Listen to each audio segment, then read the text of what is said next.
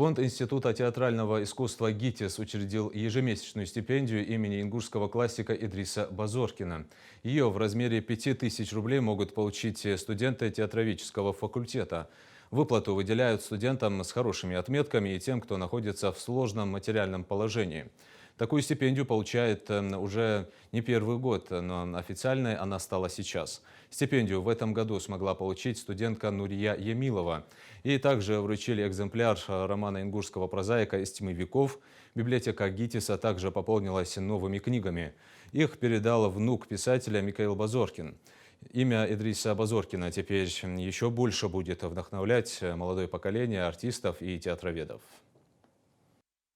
Раз они заинтересуются творчеством Базоркина, значит, они узнают что-то и про наш народ. И у них уже будет, наверное, определенное отношение будет складываться к этому народу.